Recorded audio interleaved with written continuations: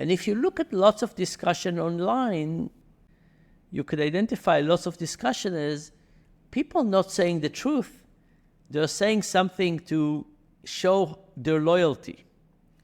And not only that, if you belong to a group, you want to say things that are extreme. When I see now on college campuses in the US, all kinds of young adults saying things like pro-Hamas, I would have loved to have a discussion with them and say, if you gave Hamas now the control over the Middle East, how exactly would it look? How would it be for kids, for women, for homosexuals? What are you expecting? Like what kind of, is that really what we have created a discourse that is superficial. It's not about the facts. It's not about the way forward.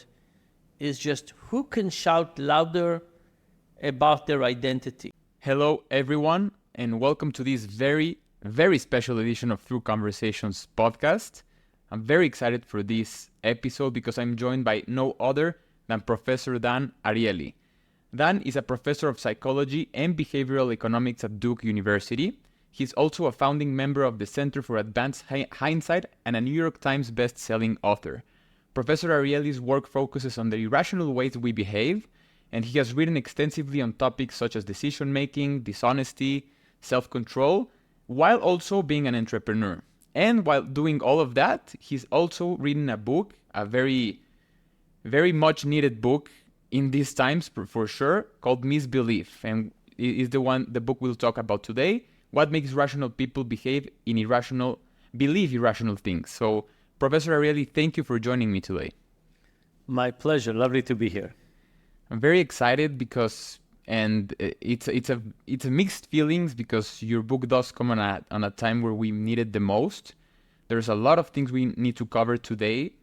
And first of all, I would like to discuss with you, your trajectory and how's it been unfolding until today, and how you write on Misbelief that your journey into self-acceptance has enabled you to write about topics such as misbelief. Yeah. So maybe I'll start by saying a little bit about me and my field, and I'll start talking about why I have half a beard, and as an introduction. So, as you know, many years ago I was badly burned. Most of my body is covered with scars, including the right side of my face. All of these are burns. It continues, of course, on my hands. And for many years I shaved. And I don't have hair on this side. I have a little bit here, but not much. This line of the injury is almost symmetrical, but it's not exactly. Now, when I shave, it's less startling. Now I look very half and half. When I shave, you can see the scars, but not as well. And for many years I shaved. And then a few years ago, I went on a month-long hike. I did the Israel Trail. And during that month, I didn't shave. I didn't look at myself in the mirror. And at the end of this month, I looked a little bit more, but sort of like this. And I looked in the mirror, and I didn't like myself. I didn't like this it's a very strange look. It's the nose hair, the hair. Imagine you woke up one day like this. It's a I didn't like it. But I said to myself that this was a result of not shaving for a month. First time I took a month to hike. So I decided to keep the half a beard for a little longer, maybe for a few weeks. And two surprising things happened. The first one was that people wrote me thanking me for the half a beard. Now, why did people thank me for the half a beard? Not because they liked it aesthetically. These were people who were struggling with their own injuries. And they felt that I was doing this on purpose. I was saying, look how much I don't care. I'm not hiding anything. And people told me that they had a bit more courage to do that. And when I got the reactions from people about this, I said, okay, I'll keep the half a beard. If it helps some people, let me keep it. But then the second thing that happened was even more strange. And about 4 months into this half a beard journey, I felt better about myself. So I have lots of injuries, a lot of deformities, lots of things are wrong with me. And all of a sudden I felt that this was just the story of my life. Yes, I have pain. Yes, I have disability. Yes, there's all kinds of things I can't do. But I felt that I have this better relationship with my injured self. And I started wondering why. Why all of a sudden? I got injured when I was, 17 or so. Many years have passed. Why now am I feeling better about myself? And here is what I think happened. Imagine somebody like me shaving. If you're a regular person and you shave, you shave. If you're a person like me and you shave, you start the morning with smooth here, dots here, and after the shave, it's smooth here and smooth here. That means that the act of shaving is also an act of hiding asymmetry. It's also an act of saying, I'm going to look less non-symmetrical. And letting go of it and saying, I just don't care, I'm just accepting who I am, was very healing, more healing than I expected. Now here's the thing. I'm a social scientist. I think quite a good social scientist. My mother thinks excellent social scientist. I could not predict how I would feel 4 months down the line with this half a beard. Right? In fact, most of my life, I shaved. I did something that was, in retrospect, counterproductive. But I did that because I thought that looking non-symmetrical is not good. And you know what? It's not good for day one. People point, raise fingers, ask questions, and so on. But there's nothing in my arsenal to say how I would feel 4 months down the line. And that's what I think social science is all about. I think social science is all about getting us to have these insights into the places where intuition is not very helpful, and giving us some lessons about how to live life in a better way, like having a half a beard, if that's your injury, and acceptance, and getting us to recognize those things and try them out. Wow, and you touch on so many ideas there, and I think that the first one to highlight from my end, Professor, is that you touch one of the biggest ways. I don't want to spoil the conversation because we just started, but one of the solutions in the book Misbelief that you write is that we have to nurture resilience in our lives. We have to ask ourselves, how can we get out of this challenge that we're living? And I think that your story and how you've been coping, or putting like a Superman mode in your story and saying like, this is me, I'm not hiding myself, it's just you're walking your talk. And so I think that's very important to highlight, and I appreciate that, because a lot of us in our ways, we also face those kinds of challenges. I mean, I'm not comparing, of course, but what I'm saying is it's encouraging to see that, while life can throw us a huge curveball, we can get a big swing like Babe Ruth in our ways. We can do that. So, Professor, you also... So let me just say something about resilience. Yes. Resilience is really kind of one of the most important superpowers that we have. It's about how much faith do we have that if something will go wrong, somebody would catch us, and that we will be able to bounce back. And I think, sadly, resilience is going down because communities are becoming less supportive, because inequality is getting higher, because we spend less time with people and so on. But it's a huge topic for society. But we there's a million things to talk about, but I do want to... You mentioned in the opening a little bit about the book, Misbelief. Yes. So I want to go back a little bit and say a little bit about how I started on this journey of misbelief. Yes.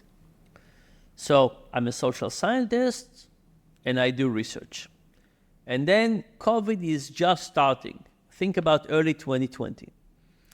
And I feel that I'm the most useful I've ever been. I get calls from different people, from different governments, different institutions, companies, and people have questions.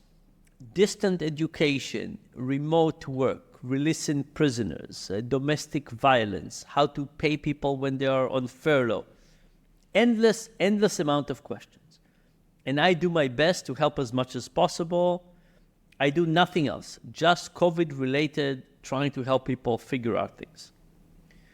And then sometime in July, so, we're a few months into it, I get an email that says, Dan, how did you become like this? What happened to you? And I say, what happened to me? And I get a long list of links. I'll describe just one of them. In that link, it shows pictures of me in hospital, very sad pictures. It says I was burned with 70% of my body and spent 3 years in hospital. But then it says that made me hate healthy people. And that's why I joined the cabal, Bill Gates and the Illuminati, trying to kill as many healthy people as possible. Not true, by the way. And there were many other links with not the same message, but all of them made me a villain. And my first instinct was to call these people and talk to them. My second instinct was to call some friends and ask them for advice. And I called some friends who are expert in social media, and they all said the same thing. Don't touch it. Don't talk to these people. Don't touch it. But I was very proud. I called these people for advice. I'm sad to say I couldn't take their advice. There's something about somebody hates you so much and you feel that they are holding wrong information. I had to call them. I had to talk to them. So the next month, I talked to many people. I called people. I talked on meetings. I joined podcasts. I talked on the phone. Some people came to meet me personally, and I failed miserably. That was a month of failure, of failing, helping anybody understand my perspective. Instead, things just got worse and worse and worse. People hated me more and more. At the end of that month, I gave up. I'm a slow learner. It took me a month, but I gave up. And I decided that I'm going to try and study misbelief. I'm going to try and study, because, it's one thing to know, some people believe in QAnon, some people believe the earth is flat. It's very easy to, what's happening.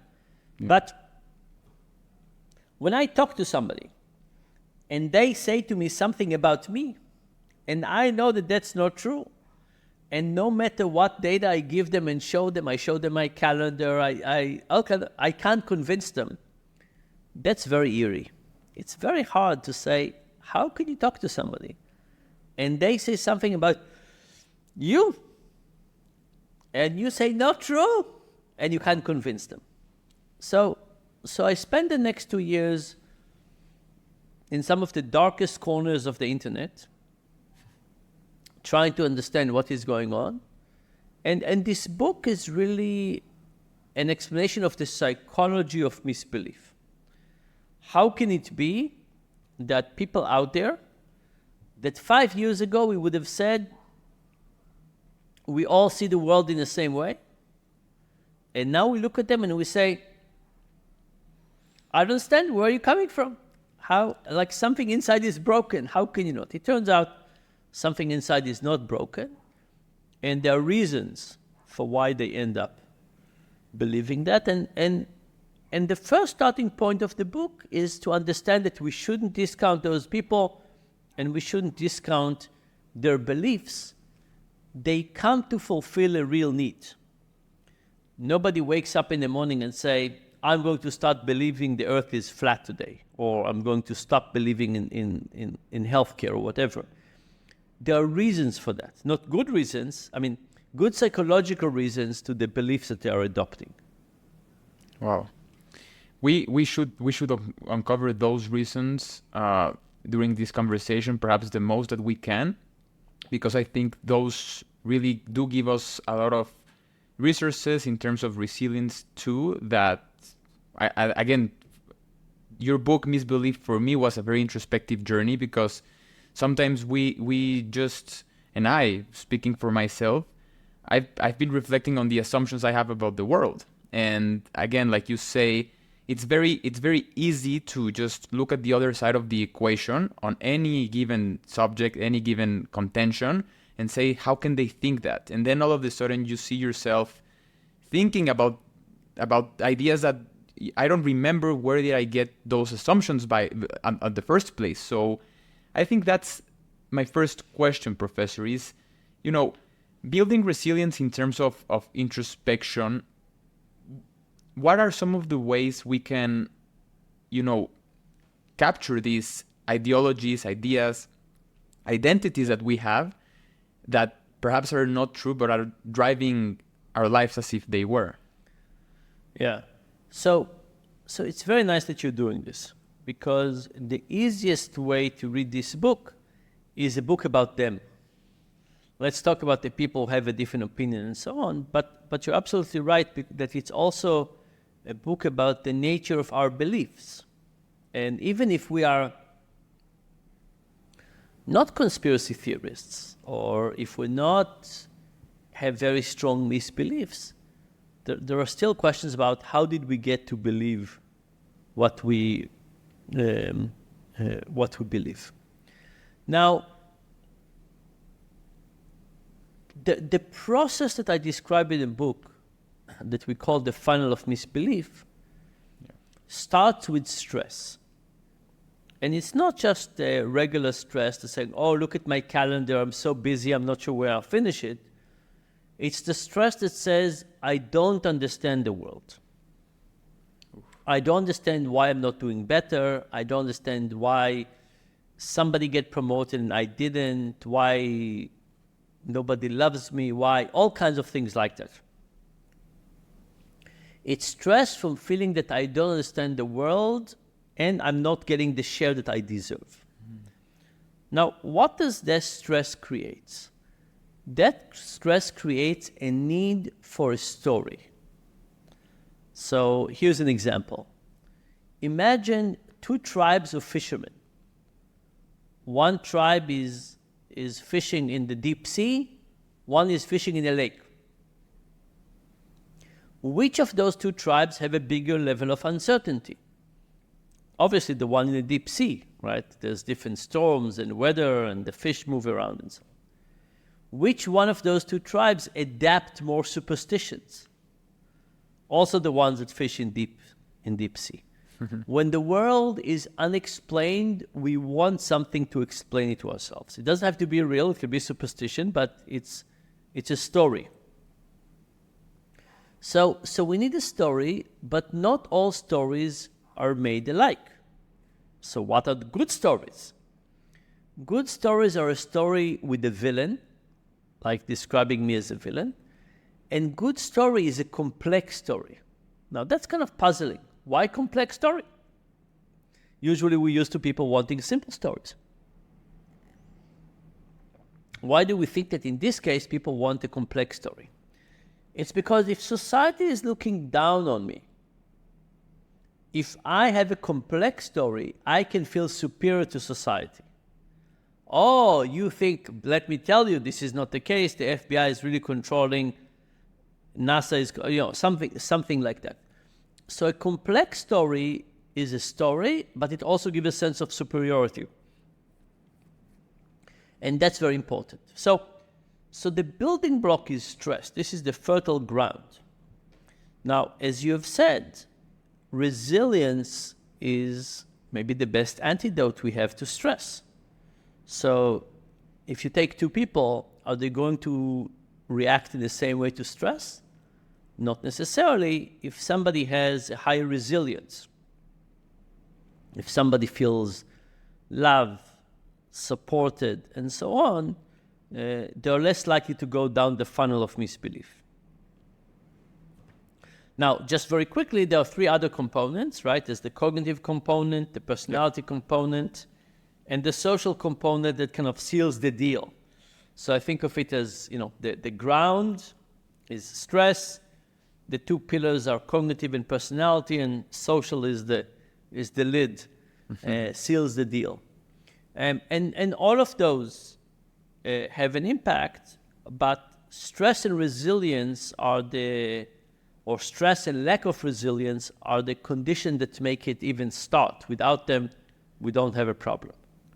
Yeah, it's perhaps the way I envision it while reading Misbelief and while listening to you is how this is the spark that ignites the fire, the stress. And I think the biggest question I had for you while reading Misbelief, and now that I have you here next, I think virtually or next to me, is that you write that in the past few years, and now you've said it, in the past 5 years, there's been a lot of dissonance between what we thought about other people and now what we think about them now and their beliefs.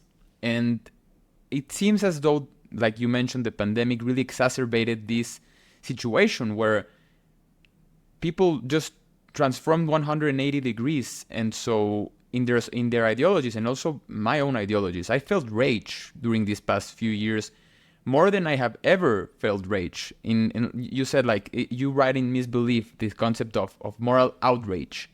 And it's really intense, and social media does play a role in it. We can uncover that as well. But the question here, Professor, that I have for you is, of course, you were in the other side of the equation in terms of vilifying someone. When I see someone being vilified, I'm in the consumer side, right? I'm vilifying. You were receiving this end. And so what did you perceive while, of course, this very stressful situation in which you were the villain of the story, and how did you begin to see all of these mechanisms that I just laid out in terms of what exacerbated this moral outrage in the past few years, to explain those reasons? Yeah. So let me say something about my personal experience. It's very tough. It's very tough. There's a concept in social science called scarcity mindset. And scarcity mindset we usually connect to poverty.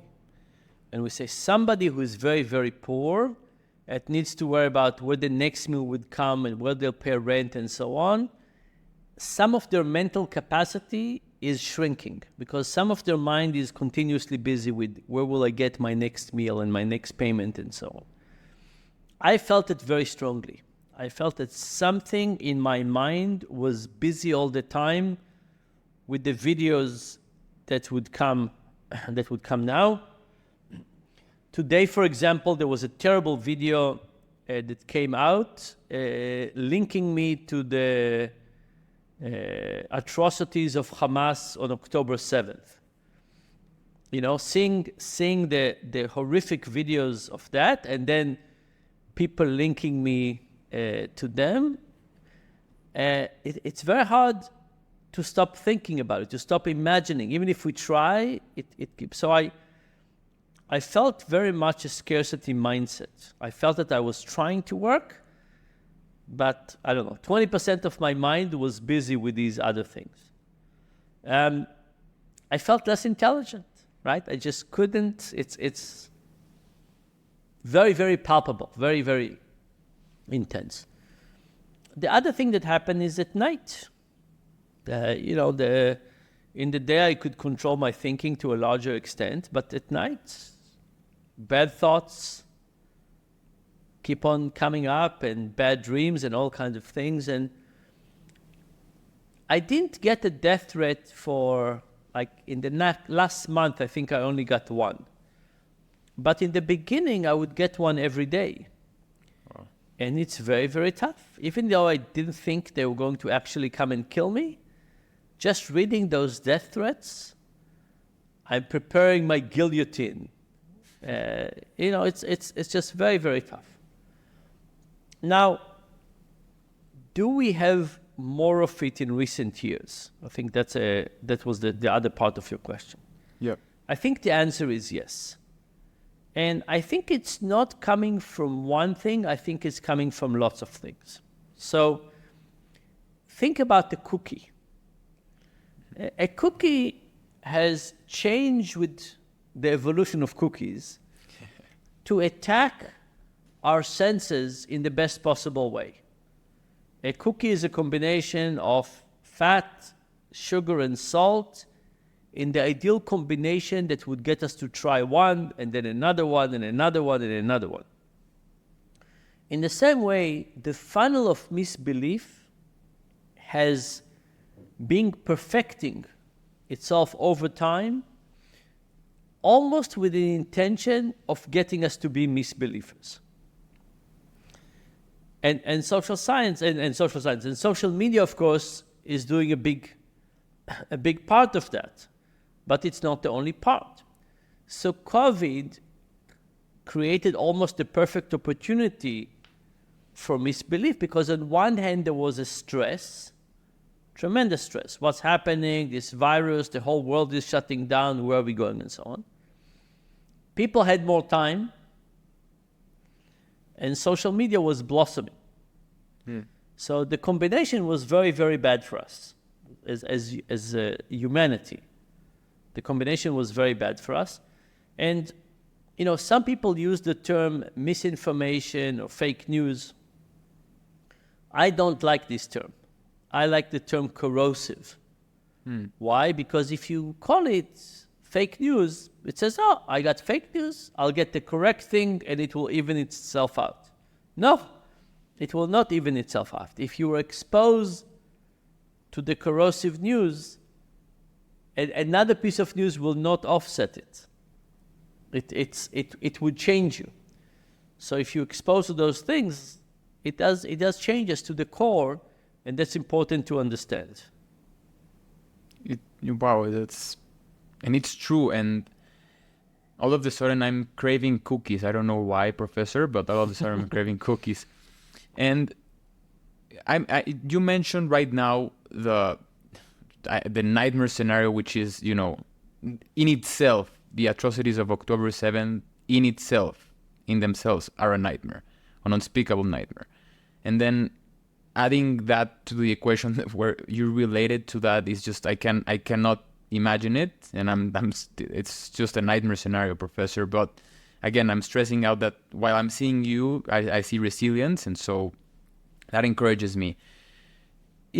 With my family here, and I think in a collective scale, we've been discussing the idea that maybe, of course, the pandemic was a very, very serious and catastrophic situation we all cope with. I couldn't see my grandpa and my grandma for at least a year, and I had to make tough decisions to at least see them in person, and it was very weird. I had to just hug them with my back.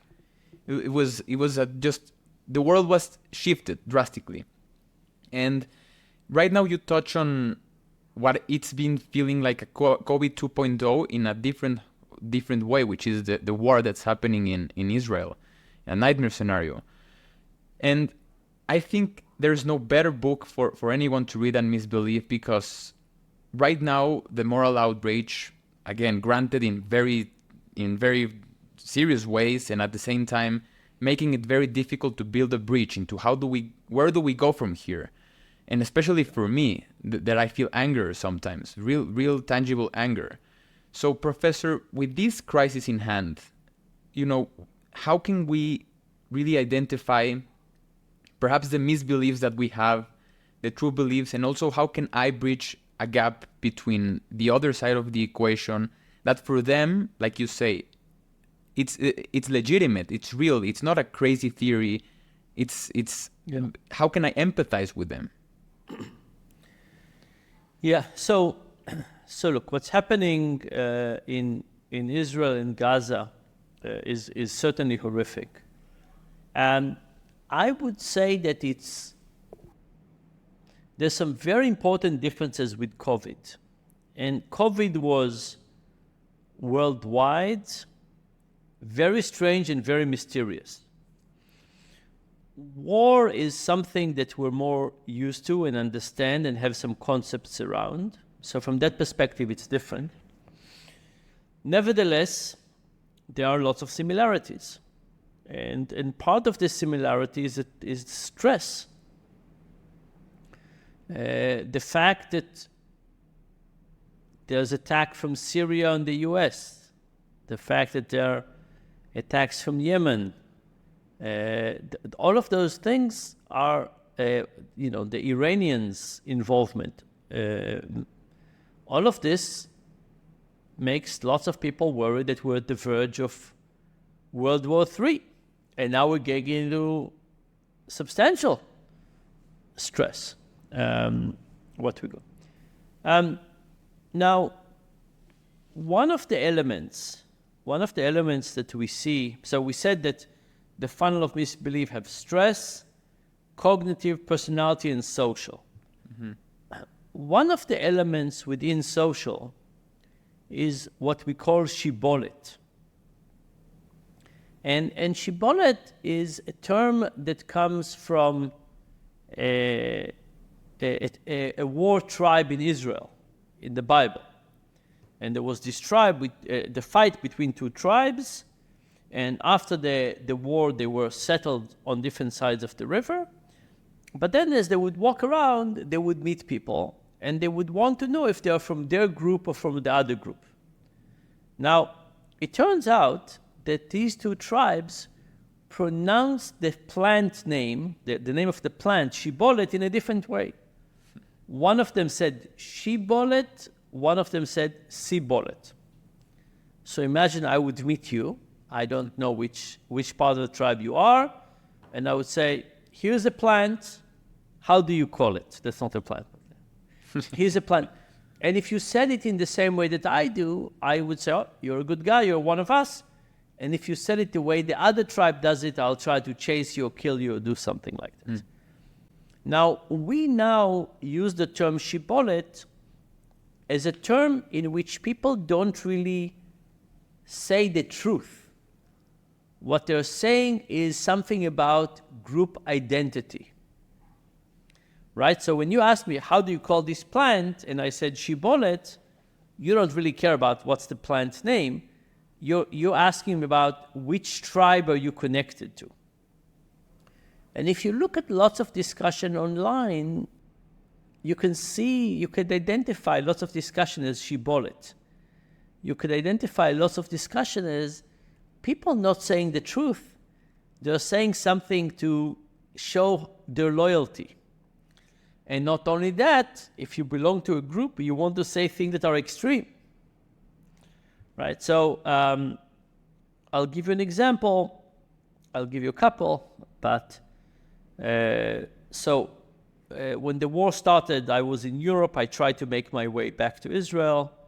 My flight was canceled. I got to London. My flight there was canceled.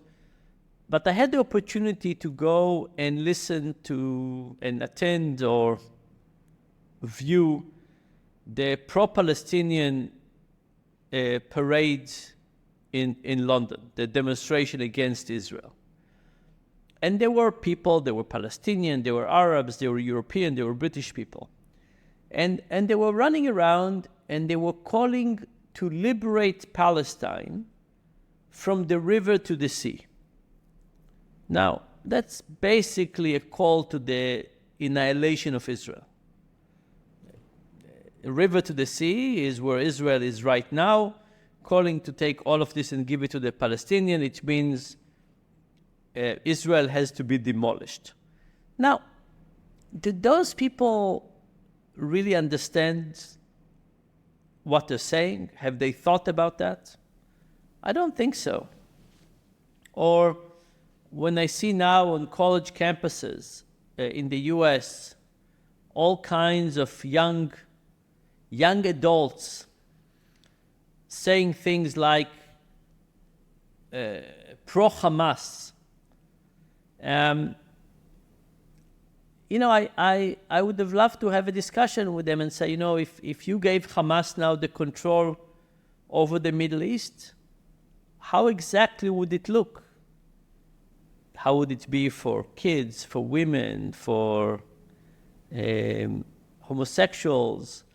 What are you expecting? Like what kind of, is that really what you want? Now, I know that if all of them thought about it for 5 minutes, they would say, no, that's not a vision for any country. Yeah. No country should be governed by such dark forces. But what they're saying is very much shibboleth, that we have created a discourse that is superficial. It's not about the facts. It's not about the way forward. It's just who can shout louder about their identity. And it's a perfectly fine discussion to have. If people want to say, I belong to group A, that's perfectly fine. But we need to understand that other people might look at it and say, I'm not questioning how liberal you are. But now when you're saying, let's let the Hamas control Gaza, is this really what you want? Let's talk about that. So I think a lot of the discussion has turned out to be about identity and very superficial. And as a university professor, it pains me because I think that one of the things that academic education is supposed to do is supposed to help people see the complexity in everything. And nothing in life is so simple, right? Even the question of whether Teslas are good for the environment or not is a complex question. Yeah. If getting coffee from the other part of the world is a good idea or not? Is donating money? I mean, everything is complex.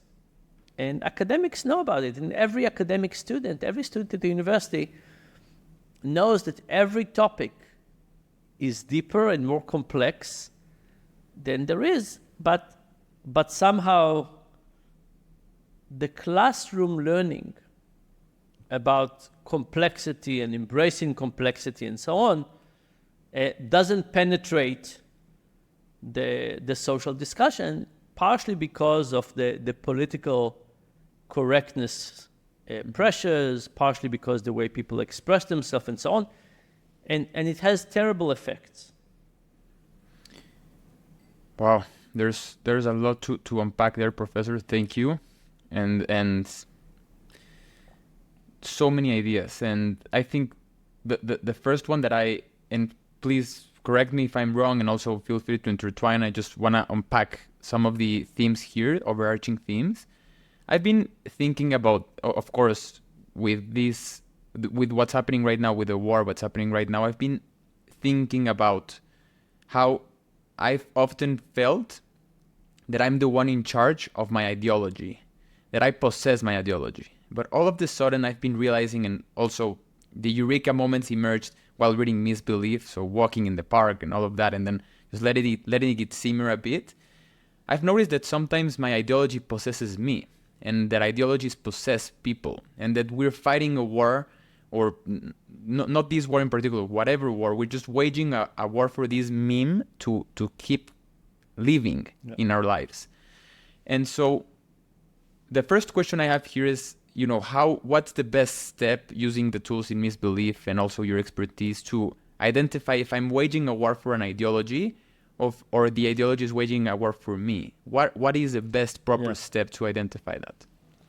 Yeah, so it's, first of all, we have to recognize exactly as you said, right? So, and it's a very strange thought, but it's to say, okay, let me think about it. At the end of the day, my political ideology is very similar to my parents' political ideology.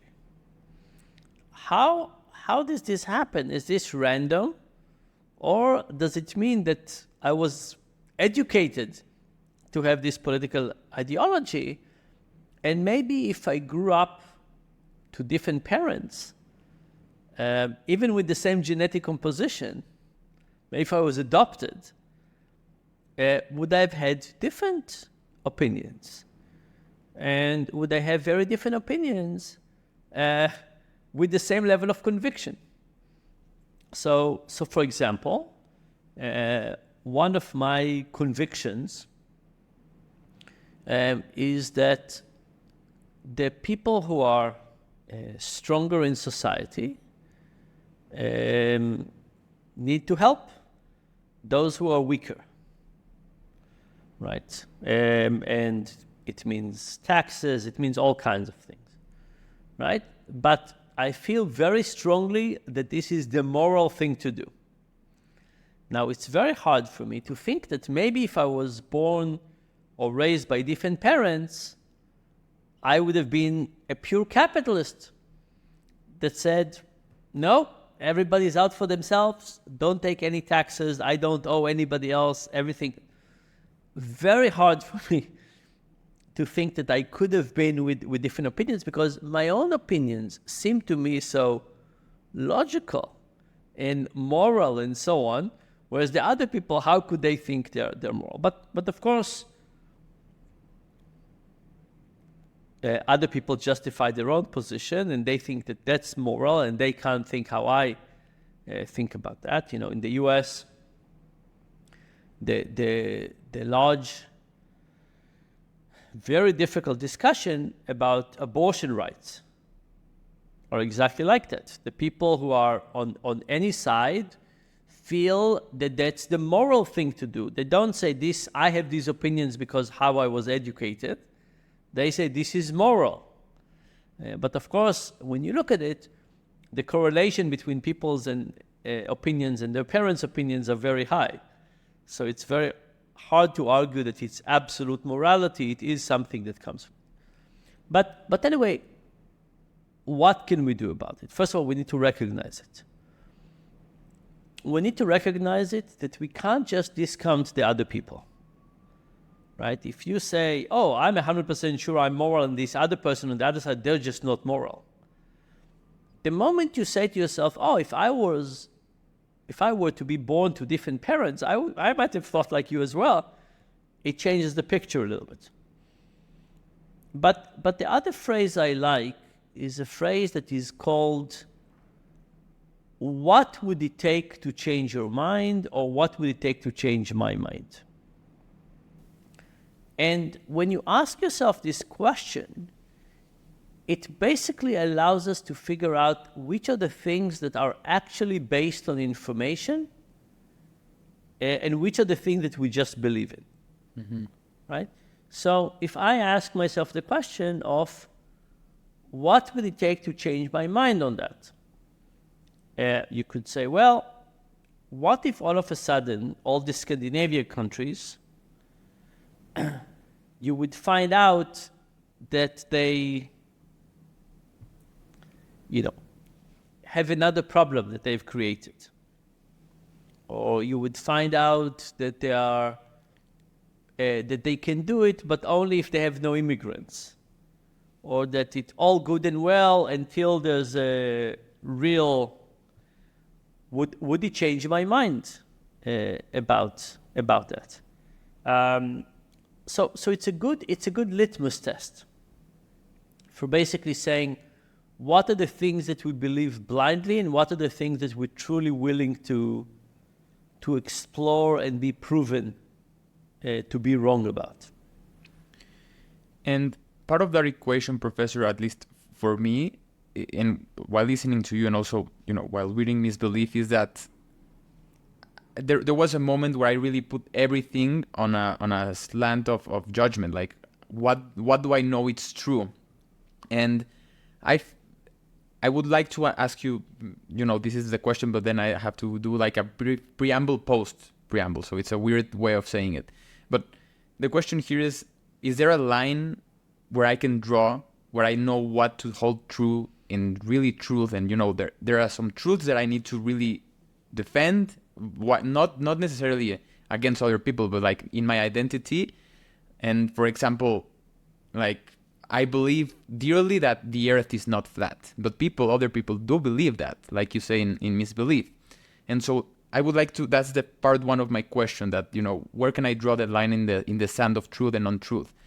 And at the same time, especially right now with what's happening in the rise of AI that you really discuss in Misbelief, and all of these images and the way content is being created, and most of us spending, and at least my generation, Gen Z, spending most of their times in social media, TikTok, Instagram, being ready to get morally outraged. How can we identify, the true information, or at least distill from my moral outrage, perhaps there's some truth here. How can I dig more into it? And so those are my two questions. And if I confused you, I'm sorry. No, it's fine. No, it's fine. They're very different questions, but let me answer in a confusing way. So, not too long ago, we had the Day of Atonement, right? The people who are not Jewish, this is a day where Jewish people fast. And I usually try to take a day to think about the problem. So I fast, and I take one topic that I want to resolve for myself. And this year, the topic I took upon was whether I think that people are inherently good or inherently bad. And up to now, I basically believe that people are inherently good. And when we see bad behavior, it's because of stupidity or negligence or bad ideology or, you name it. Like, if we take the cookie metaphor, I don't think anybody wanted to get people to be unhealthy. I think it's just a mechanism. It was easy to sell cookies that sells tomato, and easy to add sugar, and easy to, and we got there. And I debated. I had lots of experience in the last few years of seeing things that I thought were very demonstrating the dark side of human nature. And I asked the question of whether I think I should resolve that. I didn't finish that discussion with myself, so one day was not enough. And then October 7th came with another set of horrific images that, I don't think anybody on Hollywood who is creating horror shows have not thought about in terms of the horror that were created. And I kept on thinking about this, and I'll tell you what, here is where I am. I feel that the world is worse than I thought it was. I feel that I'm not yet ready to update my belief. So I recognize it, but I'm not ready for it. But I also feel that part of the reason is that I need to believe that the world is a positive place for my motivation. I feel that if I felt that the world was dark and evil, it would be very hard for me to wake up and get the energy to try and make things a little bit better. So it's not just about the beliefs. That's what I said, I'll confuse you. It's also about motivation. So my sense is that, yes, the world is not as a good place as I thought 5 years ago. I'm not yet ready to abandon my belief that human nature is inherently good and that we can have a flourishing planet. But I also can't accept that belief, that negative belief about human nature, because I feel I need it for my motivation and well-being. So I think that's that. And then your second question is about moral outrage. So, when I use the term misbelief in the book, I mean actually a couple of things. I mean that people believe in something that is not correct. But I also mean that they adopt this belief as a very central theme of their life. Imagine that you believe that broccoli is not that healthy. Okay, maybe you're wrong, but you're not adopting it as a central tenet of your life. But if you believe that the earth is flat, for example, that's a very central belief, because it means that the NASA is lying to you, and pilots are lying to you, and governments are lying, and the list goes on and on and on. It's a very core belief. There's no way not to believe it as a lens from which you watch everything else.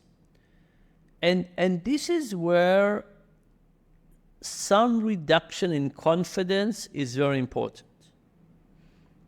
So moral outrage starts with being 100% convicted that you're wrong.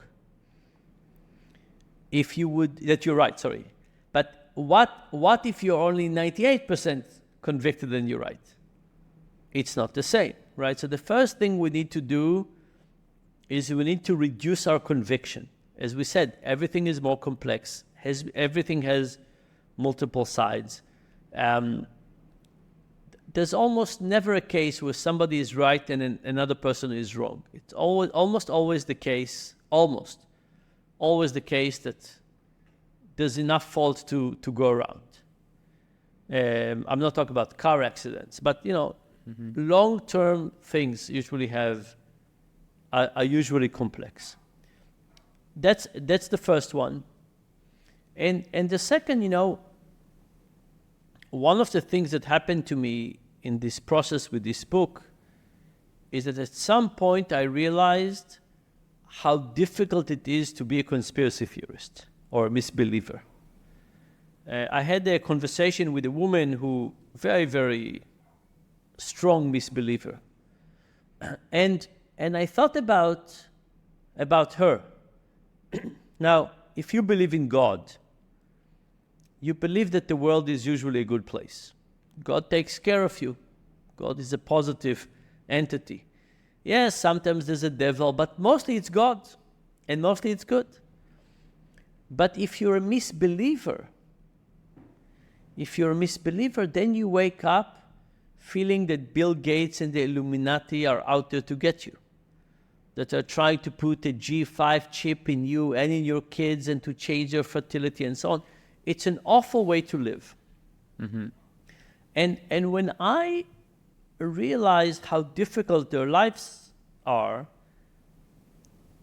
it didn't make it less painful, the attacks, but I did develop some empathy toward them. And I think that if we want to move forward in society, we have to be less than 100% sure in our own opinions, and we have to develop some empathy for the other side of the discussion.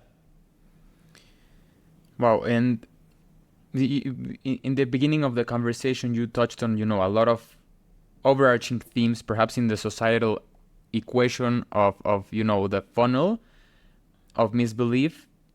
There's a lot of moving parts in our society, in inequality, a lot of societal people, this is connected to stress too, but a lot of people being so stressed about their work, finding less meaning in their lives, lack of community you touch on, a lot of isolation, all of these themes that we touch on misbelief that really put fuel in the fire of adopting core beliefs, core conspiracy theories, quote unquote, about how we navigate in life. And so that's the biggest concern for me, is that it's not slowing down, first of all, and second of all, it's been explicitly said, again to the present moment that, we're in a war. We don't, and I would like to add that, of course you mentioned it, but the uncertainty of it all just adds a 3,000-fold equation to the stress, because, even though I'm on the other side of the globe, a world war is just a world war. It's nothing I've ever lived. The images that we saw on October 7th are things that I've never seen. Even my grandma, who takes pretty much 75 to 80% of her time doing shorashim, the story of our ancestors, the Holocaust, she breaks down. And so we're in an uncharted territory. But at the same time, Professor, I want to stress out what you said, building bridges. How do we get to a more constructive, and how do we live up to your vision of the world, which is optimistic and it's positive? And so my question for you, Professor, is you were courageous enough and resilient enough to go into the villain mode of it all on the story, where you were portrayed as this conspiracy thinker, and you were trying to control the world, and you were looking for revenge, and you had the courage to speak to the other side. The other side wasn't as open as you would imagine they would be. But at the same time, I keep having these conversations with people around my circle that, How do we build a bridge with people who don't want to listen, where emotion has overridden any rationality? And so where we are now, Professor, where people don't want to listen, and I'm not there yet, honestly, the courageous side of you, where I'm ready to speak to the other side, because they're wearing this huge banner that says, if I know your real identity, I'm going to kill you. And so how do we build that courage? And at the same time, how do we build that bridge, Professor? Yeah. So, I end the book with a couple of chapters on the importance of trust in society. And the metaphor for trust is these two fish who swim in the ocean, and one of them says, I don't see any water. And they don't see any water because it's all around them. And trust is similar. It's all around us, and because of that we don't pay attention to it. But the truth is, we have to move together as a world. We have some urgent things to do. Climate change, poverty, food supply, energy supply, pollution. There are 70 million slaves still in the world. Women who are forced to get married. The number of things that we have as a world to deal with are very, very large. And one of the things we need to create is basically trust. We need to, it's what all of us would hope the UN would do, right? But of course, they're not. But if we want to move forward, we have to build trust. And to build trust, one of the things we have to do is we have to listen to the other side, even make them feel heard. I think that I'll give you an example. I know lots of friends from all over the world. I have lots of friends from all over the world, people I know from all over the world. Some of them are from Arab countries and from Iran, and I got lots of requests to communicate after October 7th. And I'm always happy to talk and think and help, if possible, to resolve the Israeli-Palestinian conflict to the extent that I can. I'm not a politician. But after October 7th, I was not willing to resume the discussion as if October 7th did not happen. I basically said, I want you to acknowledge the horrificness of that day.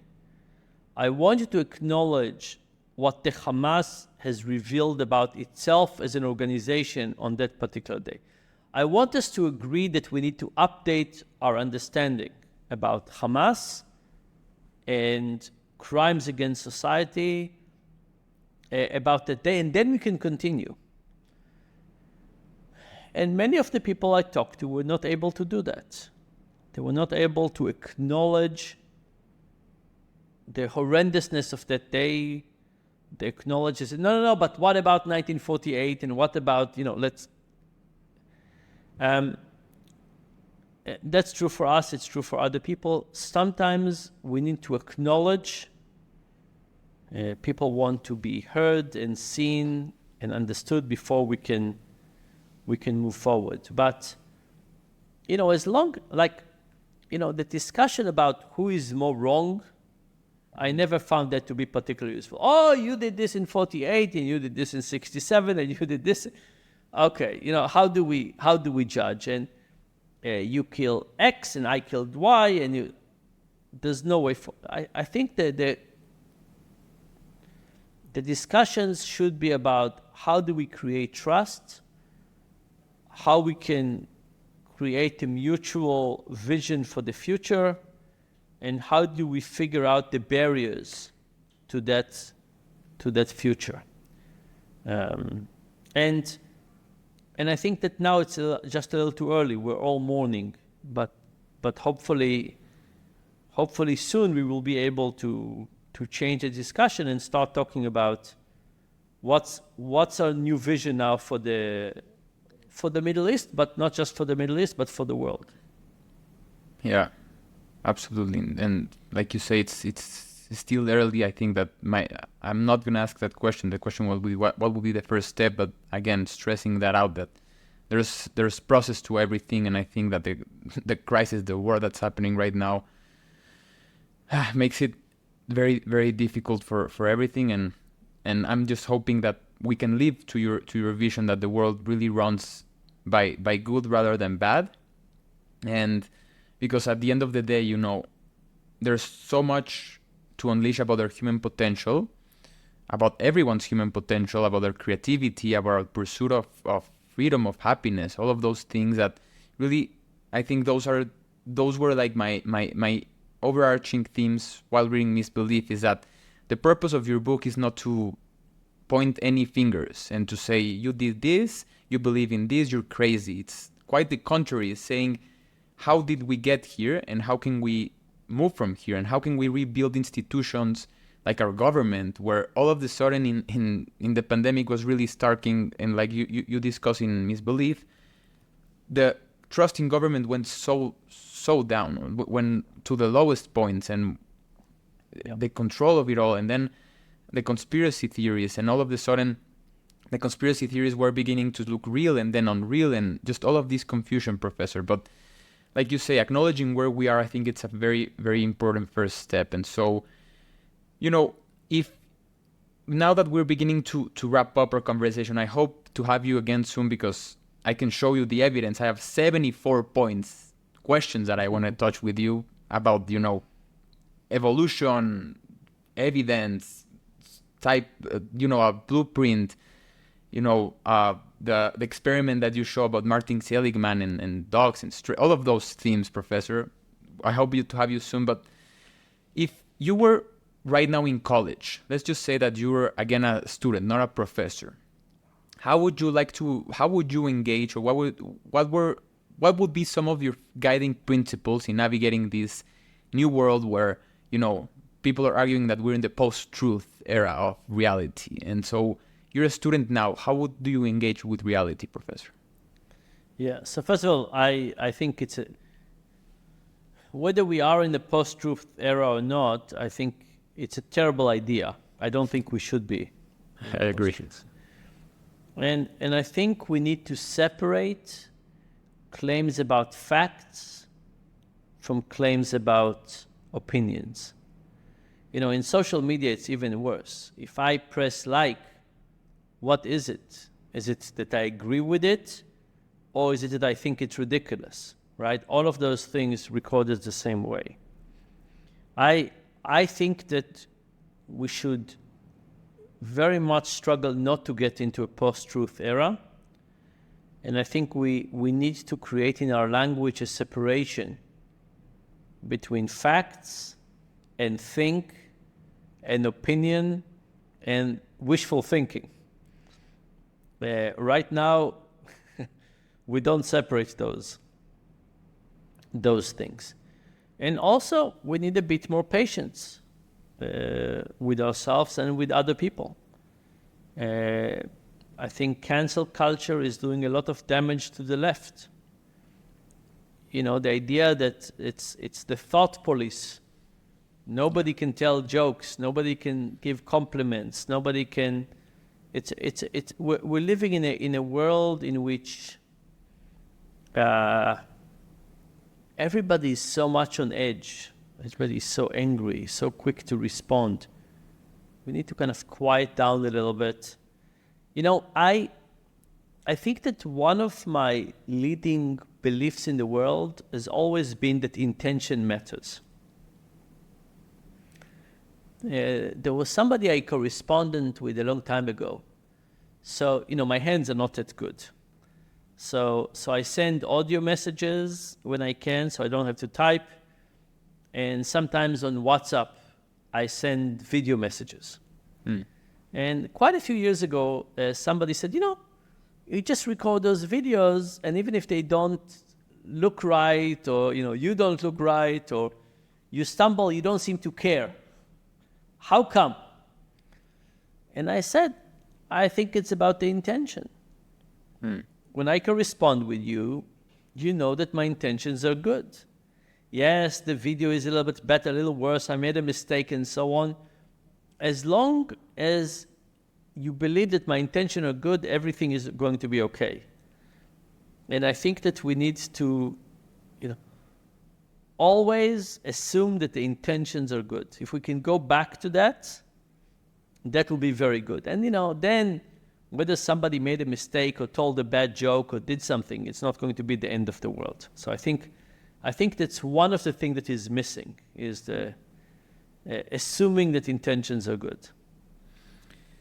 The benefit of the doubt sometimes, right? Like you say, it's key, because at the end of the not day, just the benefit of the doubt, assume goodness, like it's stronger. Yeah. Assume good intention, not just, neutrality. Like the benefit of the doubt would be like, perhaps they made a mistake, but I can assume, you're saying like as a statement, every single time I engage with someone, I think they're doing it of the right way. That's right. It's not about saying, oh, maybe you didn't mean it the wrong way. No, it's saying, I'm assuming that you meant something positive. And then how do you, let's just say there's a miscommunication there. You assume that they did it right, but something, a bad joke happened. How do you move forward? That's right. Then I mean, it's perfectly fine to ask about it. It's very, very fine to say something about it, right? But the assumption is that maybe you didn't understand the social culture, maybe you heard it some way, but you had a good intention. You didn't mean to offend anybody. If you look at all the tweets that we find now that people wrote in the last 10 years that you show to them and so on, you say, how many of those were written with the intention of offending people? How many of those were written? No, they were written probably with a good intention, to share something funny, to have a perspective, I think we need to assume good intention is a good starting point. I agree, Professor, and I will take that into account in my own interactions, because, like you say, I'm not a politician. I hope I would have a magic wand and that I could create an operating software for everyone that says assume good intentions, but I can't. What I can do, however, is, while reading your book, Misbelief, while listening to you, is just trying to embrace those ideals of assumption of goodness, of questioning, maybe toning down the percentage of certainty about things, but at the same time being open about other certainties, and, trying to drive a conversation that is constructive, not destructive. And I think part of that step towards that reality is having these conversations and your openness to them. So, Professor, hope to have you soon again, and thank you for joining me. Anytime, and to better days. Thank you.